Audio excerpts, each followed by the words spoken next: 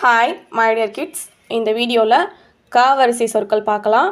க இன் கண், க இல் கல், க த வு கதவு, க டு ஹு கடுகு, க ர டி கரடி, க டை கடை, க ட இல் கடல், க தி இர் கதிர், க இட் டி இல் கட்டில், க ரு இம்பு கரும்பு, க ரு இப்பு கருப்பு, க இன் நா டி கண்ணாடி, க இ ரு கயிறு, க ய இல் கயல், க டி த இம் கடிதம்.